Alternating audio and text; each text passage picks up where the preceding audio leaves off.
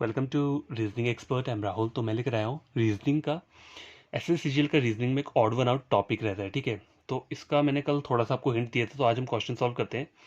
तो पहला क्वेश्चन देखो स्क्रीन के ऊपर ये है, find the odd one out. Option number A दिए 127, बी दिए 255, सी दिए 511, डी दिए 729। अब देखो मैं इसे चेक कैसे करूंगा। देखो चेक करने का तरीका कैसे, देखो अब 729 मेरे को दिख रहा है, तो ये मुझे पता है किसका है, 27 का स्क्वायर है। किसका रहता है, 27 का जो स्क्वायर रहता है वो 729 रहता है। लेकिन अगर मैं ऊपर चेक करूंगा तो 511 किसी का स्क्वायर नहीं होता। इसके नज़दीक कौन सा रहता है, 22 या 23 का स्क्वायर देखोगे तो वो भी इसके नज़दीक रहेगा। ठीक है, लेकिन 511 को कभी किसी का स्क्वायर नहीं होता, 255 भी नहीं होता, 127 भी नहीं होता है। ठीक है, 144 12 का रहता है। तो चल क्या रहा है यहाँ पे, मुझे पहले पैटर्न देखना पड़ेगा। डायरेक्ट नहीं कर सकता मैं कि ऐसा को फॉर्मेट अपना लूँ कि जैसे यहाँ पे ये स्क्वायर है कि स्क्वायर है और बाकी ये लोग स्क्वायर नहीं है, तो ये मेरा ऑड वन आउट है, तो मेरा इसका आंसर हो गया। नहीं, ऐसा पैटर्न नहीं होता है। अब देखो 127 है, देखो 127 किसके नज़दीक हो सकते हैं। देखो देखो 2 की पावर अगर मैं क्या करूँ 8 करूँ, ठीक है, 2 की पावर मैं 8 करता हूँ तो मेरा क्या बन जाएगा, 128 बन जाएगा, राइट। अगर मैं 2 की पावर 8 करता हूँ, सॉरी 8 नहीं होगा, 2 की पावर अगर मैं 7 करता हूँ तो बनता है मेरा 128।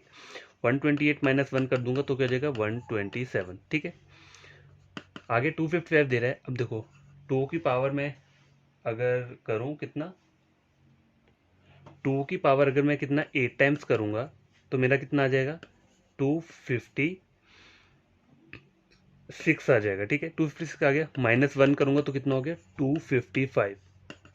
2 रेस्ट पावर 9 करूंगा,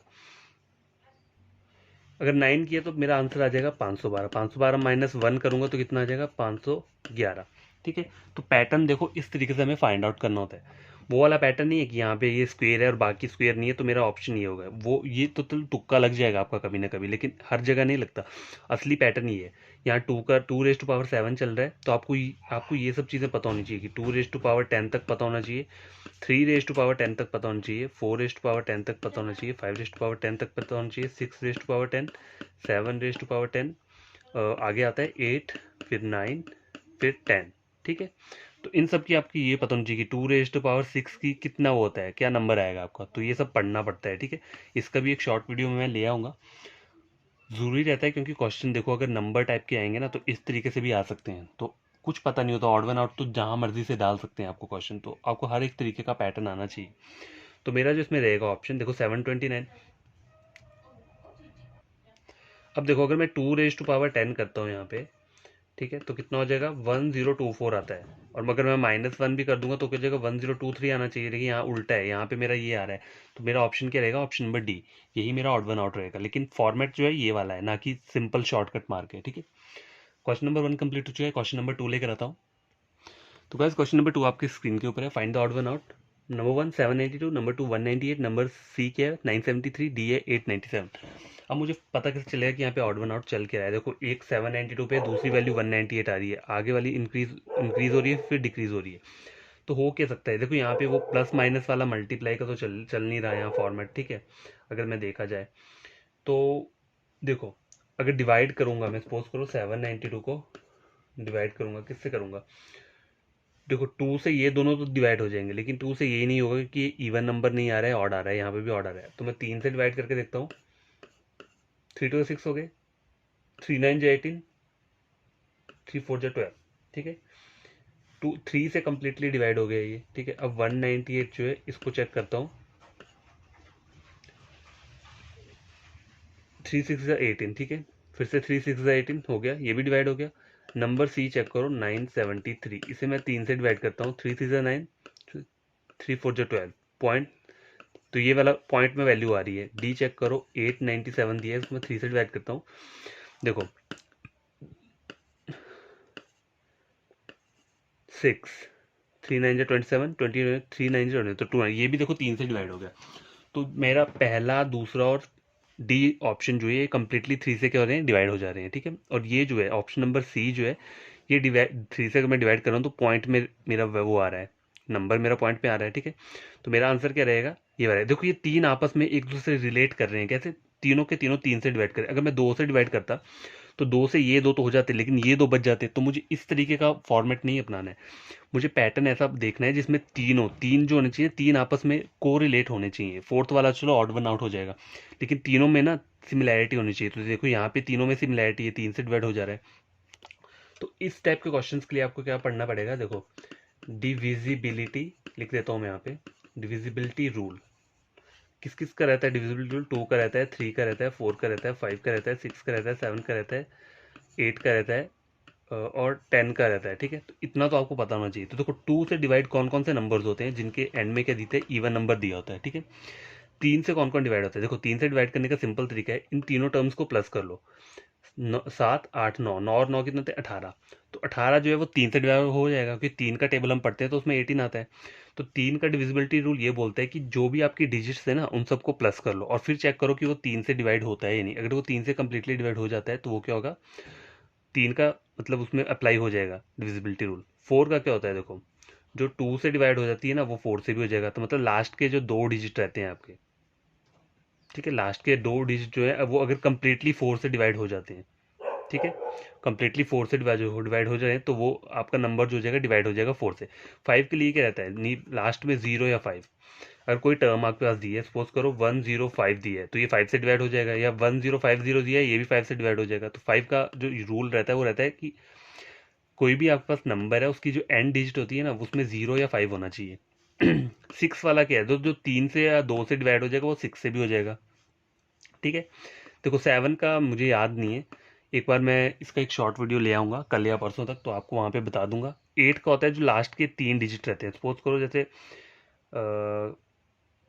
लास्ट में 7 4 5 6 ऐसे करके दिया, सपोज करो अगर ये तीनों नंबर 8 से डिवाइड हो जा रहे हैं तो ये क्या हो जाएगा, यहाँ अप्लाई कर जाएगा डिविजिबिलिटी रूल। ठीक है, 8 का डिविजिबिलिटी रूल ये बोलता है कि लास्ट की 3 डिजिट रहती है ना नंबर की, वो डिवाइड होनी चाहिए कंप्लीटली 8 के टेबल से। ठीक है, 10 का क्या रहता है, 10 का सीधा रहता है 0। ठीक है, अगर किसी उसमें 0 होगा ना, ठीक है, अगर 0 होगा एंड में तो वो कंप्लीटली 10 से क्या हो जाएगा, डिवाइड हो जाएगा। तो ये डिविजिबिलिटी रूल का वीडियो मैं नया ले आऊँगा। क्वेश्चन नंबर सेकंड हो गया, क्वेश्चन नंबर थर्ड चेक करते हैं। तो यार ये चेक करो, क्वेश्चन नंबर थर्ड है, find the odd one out. Number A बोल रहा है ऑर्निथोलॉजी, नंबर बी बोल रहा है ऑफ्थेल्मोलॉजी, नंबर 3 है ऑस्टियोलॉजी, नंबर 4 है नेफ्रोलॉजी। तो ऑड वन आउट कैसे फाइंड करेंगे, अगर हमें इन वर्ड्स का मतलब पता होगा। ठीक है, अब देखो ये सब चीज़ें क्या रहती हैं, ये स्टडी रहती हैं किस किस की, जैसे कोई बर्ड्स की स्टडी होती है या ह्यूमन की कोई वो रहती है, बॉडी पार्ट रहता है।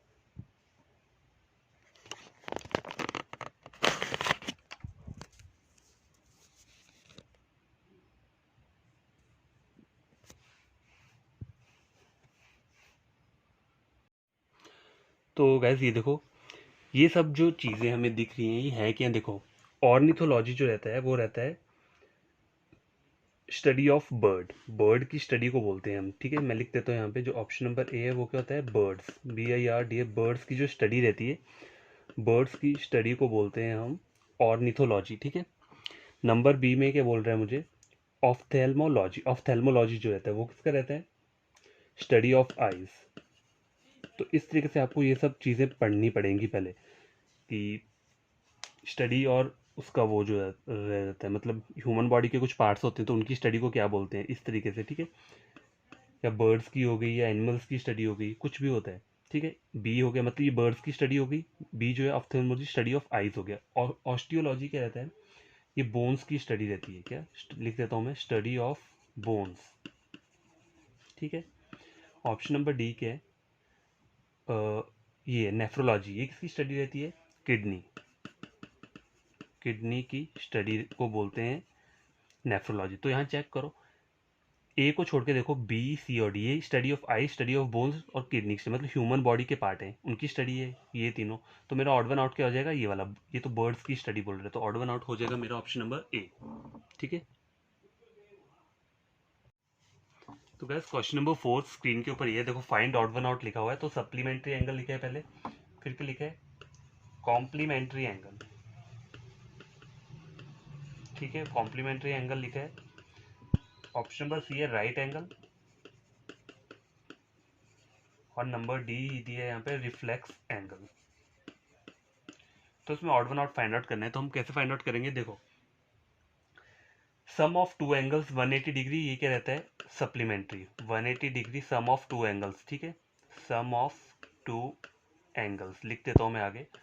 कॉम्प्लीमेंट्री एंगल जो रहता है वो क्या रहता है, सम ऑफ टू एंगल्स 90 डिग्री पे रहता है, ठीक है, सम ऑफ टू एंगल 90 डिग्री, ठीक है। राइट एंगल क्या बोल रहा है, देखो रिफ्लेक्स एंगल क्या है यहाँ पे, रिफ्लेक्स एंगल और राइट एंगल हो गया, ठीक है। तो राइट एंगल जो होता है, angle that is equal to 90 degree, ठीक है, angle that is equal to 90 degree, ठीक है। और रिफ्लेक्स एंगल क्या रहता है, an angle that is more than 180 degree और लेस देन 360 डिग्री, ठीक है। तो यहाँ लिखता हूँ मोर देन 180 और लेस देन 360। तो देखो मेरा जो आंसर रहेगा वो रहेगा क्या, ऑप्शन नंबर डी रिफ्लेक्स वाला, क्योंकि देखो सप्लीमेंट्री एंगल मुझे पता है 180 डिग्री रहता है, टू एंगल्स का सम रहता है। कॉम्प्लीमेंट्री एंगल क्या रहता है, सम ऑफ टू एंगल मतलब 90 डिग्री 45 का, दो एंगल्स 45 के रहेंगे तो 90 डिग्री बन जाएगा। राइट एंगल जो होता है वो 90 डिग्री का होता है, इक्वल टू, हर किसको पता है। लेकिन रिफ्लेक्स एंगल जो रहता है ना वो देखो एग्जैक्ट वैल्यू नहीं है, मोर देन 180 हो सकता है और लेस देन 360, तो बीच की वैल्यू रहेगी वो मुझे पता नहीं है। तो मेरा ऑड वन आउट क्या होगा, option number D reflex angle, ठीक है। तो गाइस क्वेश्चन नंबर 5 देखो, चेक करो, find the odd one out लिखा है, ए ये दिया है, बी ये दिया है, सी ये दिया है, डी ये दिया है। देखो आई वी एस वी के पी के एम, देखो तो आई और एफ में एक डिफरेंस देखोगे लेटर्स का, तो एफ से आई जाओगे तो टू लेटर्स का डिफरेंस है। एस और वी में भी टू लेटर्स का आ रहा है, के और पी में 4 का आ रहा है और के और एन में भी टू लेटर्स का आ रहा है, तो आपका ऑड वन आउट किया जाएगा ऑप्शन नंबर सी, ठीक है। तो गाइस देखो क्वेश्चन नंबर 6 स्क्रीन के ऊपर ही है, find the odd one out lizard, frog, snake और क्रोकोडाइल। तो ऑड वन आउट मुझे फाइंड आउट करें तो मुझे पहले पता होना चाहिए इनके बारे में। देखो लीजर्ड जो आता है ना, लीजर्ड हो गया या फिर स्नेक हो गया या क्रोकोडाइल हो गया, ये तीनों जो है ना, देखो ऑप्शन नंबर ए सी और डी, ये जो तीनों है ये क्या बोलते हैं, हम इन्हें एम्फीबियंस बोलते हैं, ठीक है, एम्फीबियंस की कैटेगरी में आते हैं। और इनके क्या होते हैं, इनके गिल्स होते हैं, इनको लगे सांस लेने के लिए क्या होते हैं, मतलब क्या बोलते हैं, ब्रेथ लेना हो ना इन्हें तो गिल्स लगे होते हैं। जो ये फ्रॉग है ना, फ्रॉग ये किस में आता है आपका, ये रेप्टाइल्स के अंदर आता है, रेप्टाइल्स के अंदर एग्जिस्ट करता है। और इसके अंदर क्या होते हैं, लंग्स होते हैं, लंग्स होते हैं किस लिए, ब्रीथिंग करने के लिए। तो ये तीनों जो है सेम है, फ्रॉग जो है यहाँ पे डिफरेंट है, तो मेरा ऑड वन आउट क्या हो जाएगा, फ्रॉग आ जाएगा, रेप्टाइल, ठीक है। तो गाइस क्वेश्चन नंबर 7 चेक करो, एम क्यू इज 3 दिया हुआ है, जे और एन 3 दिया है, ई और एन के आगे 2 दिए, आर एक्स के आगे 5 दिए, ठीक है। तो देखो ये चल क्या रहा है, यहाँ कंडीशन की चल रही है। देखो एम और क्यू जो है ना, एम एन ओ पी फिर क्यू आता है, ठीक है। तो एम से क्यू के बीच में कितने लेटर्स हमें प्रेजेंट होते हैं, 3 लेटर्स आते हैं। देखो एम एन ओ पी और क्यू, ये एम आ गया और क्यू आ गया, ठीक है। तो इसके बीच में लेटर कितने हैं, 3 है, ठीक है। जे और एन चेक कर लो, जे और एन आ गया, जे के एल एम 3 लेटर्स प्रेजेंट है, यहाँ पे 3 दिए है। ई और आई ई आ गया यहाँ पे, एफ जी एच और आई, तो यहाँ कितने लेटर्स आ रहे हैं, 3 आ रहे हैं, यहाँ पे 2 दे रहा है, तो मेरा आंसर क्या हो जाएगा, यही हो जाएगा। आर एक्स में चेक कर लो आप चाहे, R S T U V W. अभी देखो यहाँ पे जो है ना,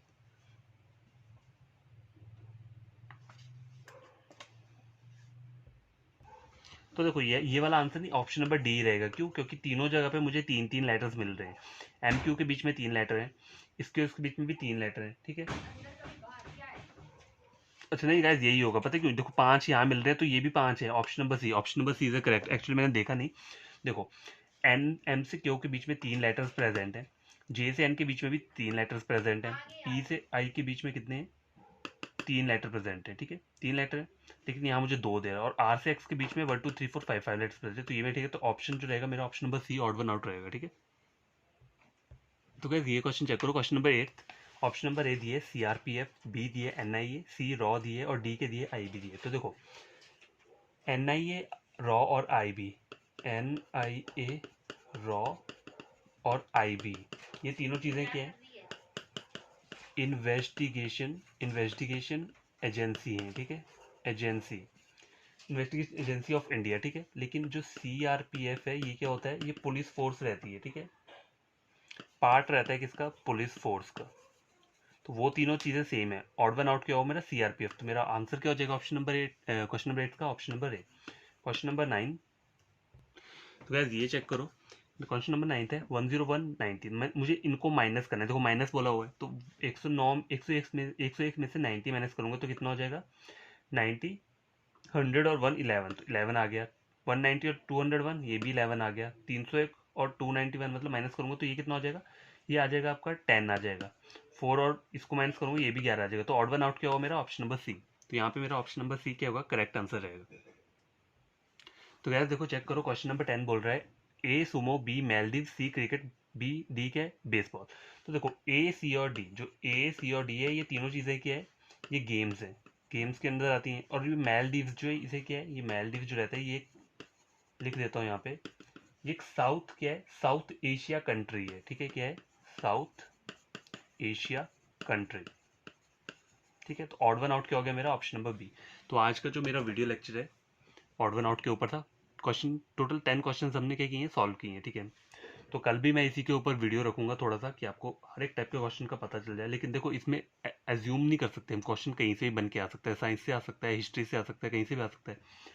तो हमें क्या करना है, हमारा जनरल नॉलेज थोड़ा सही होना चाहिए, या फिर अगर हमने कोई साइंस रिलेटेड बुक्स पढ़ी हो थोड़ी बहुत, कुछ इंपॉर्टेंट चीज़ें, तो वो सब पढ़ा तो वहाँ से भी आ सकता है। ठीक है, तो आपको करना क्या है, जो न्यू स्टूडेंट और एस्पिरेंट्स है वो मेरा ये वीडियो देख रहे हैं और देखने के बाद उन्हें ये समझ आता है, बढ़िया लगता है, तो आपको करना क्या है, वीडियो को करना है लाइक, ठीक है, और चैनल को क्या करना है, सब्सक्राइब करना है। ठीक है, तभी करना है जब क्या करोगे, आप कुछ गेन करते हो इन सब चीज़ों से जो मैंने वीडियो में आपको बताया। और जो ऑलरेडी मेरे सब्सक्राइबर्स हैं उन्हें क्या करना है, उन्हें कमेंट करना है वीडियो पे कि आपको ये वीडियो कैसा लगा, अच्छा लगा है, और कुछ अगर मिसिंग पार्ट है या फिर मैंने कोई चीज़ गलत बताई है तो आप वहाँ पे बता सकते हो, कि आपने ये वाला क्वेश्चन गलत बोला है तो प्लीज़ थोड़ा सा इम्प्रूव करो, कुछ भी बोल सकते हो आप। ठीक है, कोई प्रॉब्लम नहीं है मुझे। और मेरा जो वो कौन सा चैनल है, हाँ टेलीग्राम का चैनल है, वहाँ पे आप कर सकते हो, कोई डाउट रहेगा, आपको कोई डाउट है, कोई क्वेश्चन पूछना है तो पूछ सकते हो वहाँ पे। मतलब वही क्वेश्चन पूछना जो हम अभी क्या मतलब पढ़ रहे हैं, जो हमें अभी कॉन्सेप्ट पढ़ रहे हैं, जो हमारा टॉपिक चल रहा है उसके रिगार्डिंग पूछना, जो या फिर जो हमने ऑलरेडी जो कवर अप कर लिया है उसके रिगार्डिंग पूछ सकते हो। ठीक है, तो ये सब चीज़ें करना है और बड़ी तरीके से पढ़ना है। और ये जो चीज़ें ना इन्हें नोट डाउन कर लिया करो। क्वेश्चन हो सकता है क्वेश्चन आपको यहीं से आ जाए, जो मैं पढ़ा रहा हूँ कोई इंपॉर्टेंट क्वेश्चन हो यहीं से उन्होंने डाल दिया हो, तो पढ़ा हुआ ठीक रहता है ना, देखो वो याद रहती है चीज़ हमेशा। तो ऑड वन आउट में होता क्या है, तीन चीज़ें आपस में क्या करती हैं, रिजेंबल करती है। सिर्फ एक चीज़ ऐसी है जो कि क्या हो जाएगी, ऑड वन आउट का मतलब ये है कि एक जो है वो टोटली डिफरेंट होगा, तीन सेम रहेंगी एक डिफरेंट होगा। तो इस टाइप के क्वेश्चंस रहते हैं ऑड वन आउट में।